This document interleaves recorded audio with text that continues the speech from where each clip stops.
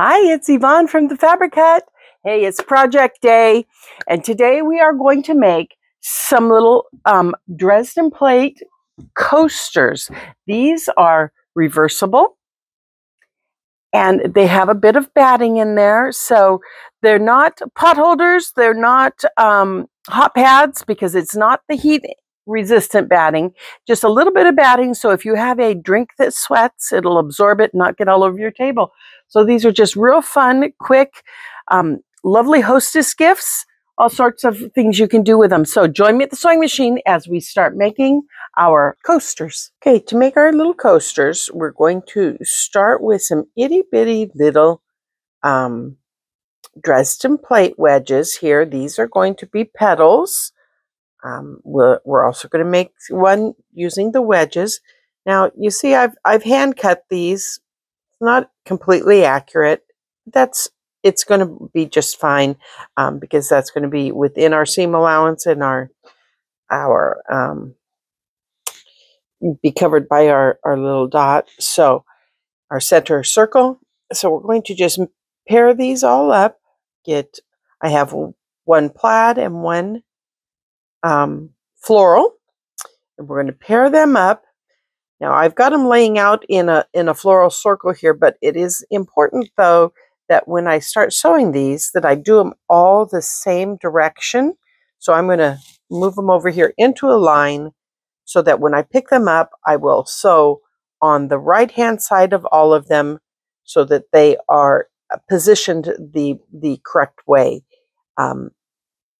If I don't sew all on the same side, I'm going to end up with this on the wrong side of some of them, and I'll end up not having the pattern I want. So here we go. We're just going to sew up the side here.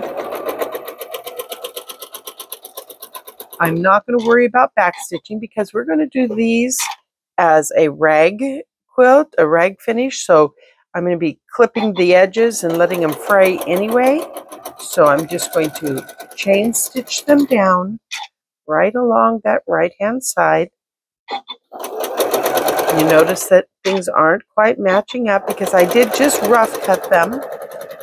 As we trim them up and fray the edges, that's all going to even itself out. So there we go. Okay. Now, because these are going to be coasters, I want them to be very flat. I don't want it to be lumpy in any way. So I am going to press these seams. Turn my iron on while we're talking. I'm going to press these seams open so that they lay really nice and smoothly. I'm going to trim these apart. So this is a really quick and very satisfying little project.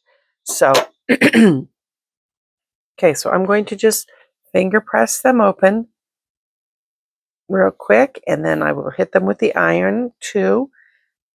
It is important that you do this as you go along on these because as we sew the next seam together, like as we go right here, and sew these two together,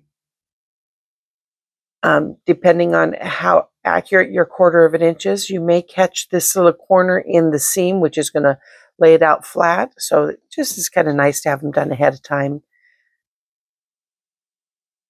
And there we go. And you do need 12. Let's see.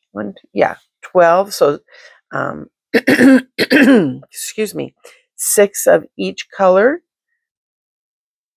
For this particular one, I'm having them just 2 colors. You can do them with 12 different colors if you want. You can do whatever pattern you like. Because I have this urban legacy collection. It comes with the plaids and the florals. I like to mix them up. I think it's really cute to have the juxtaposition between the geometric and the floral. So that's why I'm using these. Let me get my pressing mat up here. I had my coffee sitting on it. I had to move my coffee. Okay, pressing mat up. Iron is now warm, and we're just going to give it a quick flatten those down. There we go. And now because we have 6 pairs here, we can now sew them into 3 sets. So 3 sets of 4, like that. Again, when I'm laying them out here so I can see them, but when I put them over here ready to sew, I'm going to put them in the same direction, just so I don't get anything turned, because I do that pretty easily. And I'm going to pick up these. I'm going to put the floral on the top as I'm sewing them. The floral on the top, the plaid on the bottom. It's going to keep me going in the right direction if I do them all that way. These floral on the top. It's a little thing, but it does actually make a difference. When you get them wrong, you end up with 2 florals next to each other instead of a floral and a plaid, and then you're visiting your friend Jack and seam ripping away. Okay, so now we have 3 sets of 4, and we can just hook these together. Now that seam I just did is going to be in the center, so I'm not worrying about catching it in these next seams. You can go ahead and just press it out, but see how that little corner right there has been caught under that seam? It just holds it flat for me. So we could go through and press these out now if we wanted, but I'm going to just wait and do them all at once. I'm going to put them together with the floral on the top again. And go up this side. Now it's getting a little thick here in the center, so if you wanted to switch and sew from the curve down, you absolutely could. But it's not hard either way. Okay, and then our final one, our pattern matches, so we're going to go from here. Sew this one in. Now because I wanted my coasters reversible, I have made 2 of these. You're only seeing me make one, but I have made another one, and we are going to put them back to back so that our coasters can be reversible. After we get this one in and press those seams, we are just pretty close to done. It seems like we still have a lot to do, but we don't. Okay, bring this up here. Look at how cute that is. Now, don't worry about this hole in the middle. We're going to cover that up. Dresden typically has that hole in the center that you will then cover with the center of your flower, or some people, if it's a small, depending on how wide your pieces are. I'm going to show you on this one. Depending on how wide this is right here, it will determine the size of the circle in the middle. If you've got them to where you're only a ½ an inch to where your 2 seams come right together, you're not going to have much of a circle there in the center. I like to have a little bit more circle because I think it distributes that bulk a little bit when the seams all meet up right there in the center. Sometimes it doesn't lay real flat, so I prefer to have a little bit of an opening in the center of mine so I don't have so much bulk, but it is a personal choice. So I found what I did for this pattern is I went online and I just found a Dresden plate, a free Dresden plate download, and then I printed it out for a 6-inch Dresden. So this is roughly going to be 6 inches across. You could do it whatever size you wanted. I typically like mine at 5, but I thought it'd be a little bit tiny for you to be seeing what I'm doing. So I went with a 6. So look at there. Isn't that cute? There's our little 6-inch Dresden. Now, I've already made this one. Here is my hole. We need to cover up the hole. See that? So this, I have got a fusible back, paperback fusible web on it. I'm going to just take that off, and I'm going to press those circles right there into the center, and that's going to hide that hole right there. Okay, perfect. And we'll get this one too centered. Okay, now I'm going to take and sew this center down. Now, if you wanted this to be raggish also, you would not put the paper on the back of it. However, I don't want the fray right there where I'm going to set my coffee cup. So I have it down flat, and I am going to simply sew around it, maybe 1/8 of an inch from the edge. So if it does decide to fray a little bit, that's fine. But I didn't want a big fray there in the middle. So change feet so I can see what I'm doing here. I don't need a 1/4 inch for this one. Get on there. Okay, and I'm just going to sew right around the edge of that, just to anchor it. The fusible probably holds it well enough, but I'm just always cautious. And like I say, I don't mind if it's going to fray just a little bit, because the whole thing's going to be frayed here in just a moment. I love the ragged look. I guess I should say ragged, not frayed, but it all means the same. Okay, so that is down. We have one down. And do you see how I did that? It's just right up close. So this may get a little bit, of a fray there, and I don't care. Okay, let's do this one real quick. And then we are almost done. Notice how I'm sinking my needle and pivoting instead of trying to stretch.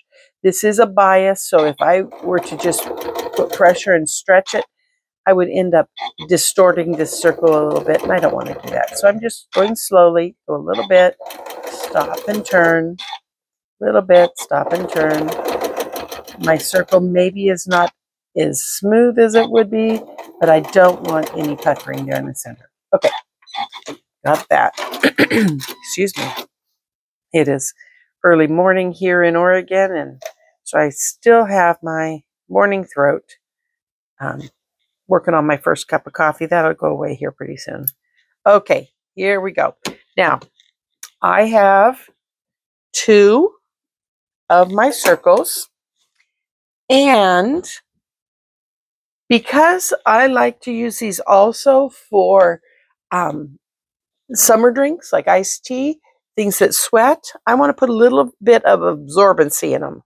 So I'm going to put, I have just a circle of batting, just 1 layer of batting. It doesn't need to be much. And I'm going to just put it in the center, and then I'm going to put this one on top. Now, as I line it up, I'm going to line up this plaid to this flower, just because I think that's cute. And line them up that way. They don't have to match exactly, but I do want them close. Okay. And I'm going to put in a couple of clips. I don't need too many, but I'm going to put in a couple of clips just to hold it together while I sew around it. Now, that batting, I don't want the batting to shift. So what I'm going to do is I'm going to sew. I can kind of feel my batting right here. You can bring your batting all the way out to the edge if you want. I have mine in just a little bit. So I'm going to just sew. Oh, I think I will use this point here, and I will sew 1/4 of an inch in from that point. So this is roughly 1/4 of an inch. So I'm going to just put the foot there, and just sew in a circle, going from one down around. See how easy that is? Just kind of matching up, keeping this foot right on that intersection right there. Kind of ease in the fullness over the batting.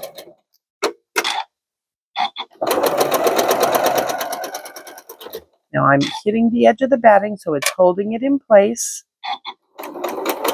So it's not going to shift with washing or anything like that because I'm catching just the very edge of it.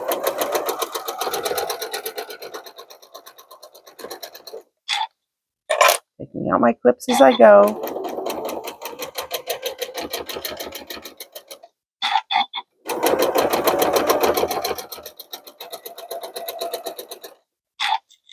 Okay, I'm almost back to the beginning. Here we go.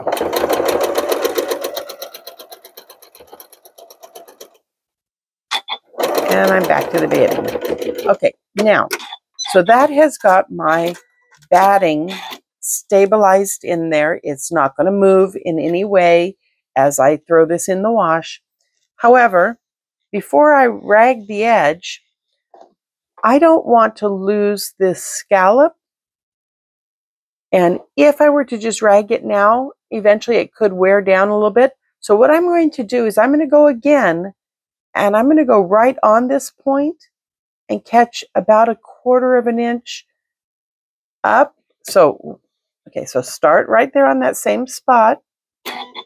And I'm just going to now follow the edge of the fabric to stabilize my curve there. You see that? So it has two rows of stitching around it. One holds the batting in place, and one holds the curve of the petals. Okay. See how quick this is? I don't even think we've been 15 minutes yet. Okay. And you notice they aren't completely lined up. It's going to rag out, so that's not even going to show. It's going to just give me a little bit more. I can trim it down if I want, if one is bigger than the other, but it's going to give me more fringe on the outside edge. I love these kind of projects that aren't so exact, that you can just whip them up and not get too stressed about it. Now that one has a pretty big difference, so I may come back and trim that back one down just a little bit on that.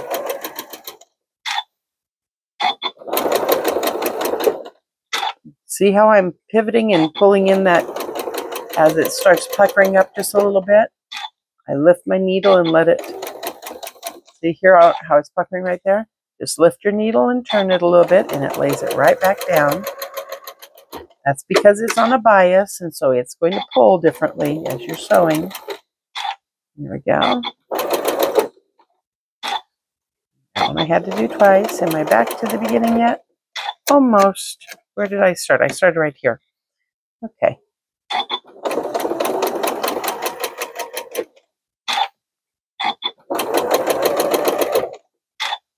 Okay. And we're back at the beginning. Okay. So now I'm going to trim up my threads, get all this cleaned up here a little bit. I'm not going to worry about all the threads yet, but I want to get the real long ones. Okay. And I'm going to go through and clean up, like, see, this one was so much bigger. I'm just going to bring it down a little bit. Oh, my scissors are dull. Time to sharpen these scissors. Come on, baby. There we go. Just bring it down just a little bit. This one's a little bit high. We'll bring it down a little bit. Okay. And then we're going to go through and we're just going to go around and just snip these about every 1/8 of an inch. I need to get my other scissors. Snip them about every 1/8 of an inch to the stitching, but not through the stitching. Okay, just like that. And just And I am actually cutting right on that seam and opening up that seam there a little bit. It's not going to undo because that stitching is there, but we'll do this. Okay, and then you can do it however you like. I have two ways that I like to do this. Let's see. Here's where I frayed it. You can just use your fingernail, just like that, and fray it out. The other thing that works really nicely is a fingernail brush. Okay, so see how that is? And once that's all the way around, it's finished up on this side too. Give it a little bit of a scrape on that side. Get the back ones. And you have this very cute little summer coaster that can go out on the patio. Nothing's going to hurt it. It can go on the patio. It can end up in the dirt. I have a 4-year-old grandson who thinks they're frisbees, so they go everywhere. He has more fun with them than I do. And that's your coaster. Now you can do the same thing with your, remember this is the petal shape of a Dresden, and this is the blade shape. So you can do the very same thing. And I'm going to do the second one in these two colors, and I will back it up onto back here with green dot and orange dot, and do the very same thing. With this one, instead of going every other color like I did here, I worked it in quadrants. So that's my quadrant right there. So I have 2 florals and a plaid. And what that ended up doing is kind of almost making it square in a sense. But I just really like that. I think it's very pretty. And so that's how we would do that one. And then fray the edges too. So I hope this was some inspiration for you for your patio or your dining room or wherever you want to use a little not a hot pad. It is a coaster to put your coffee on. This does not have the heat resistant batting in it. You certainly could make it a little bigger and use it as a hot pad by putting some of the heat resistant batting in there too. I'd probably put 2 layers in that case. One of regular batting and one of the Insa Bright. But isn't that a fun little project? So thank you for joining me today, and I hope you have some inspiration.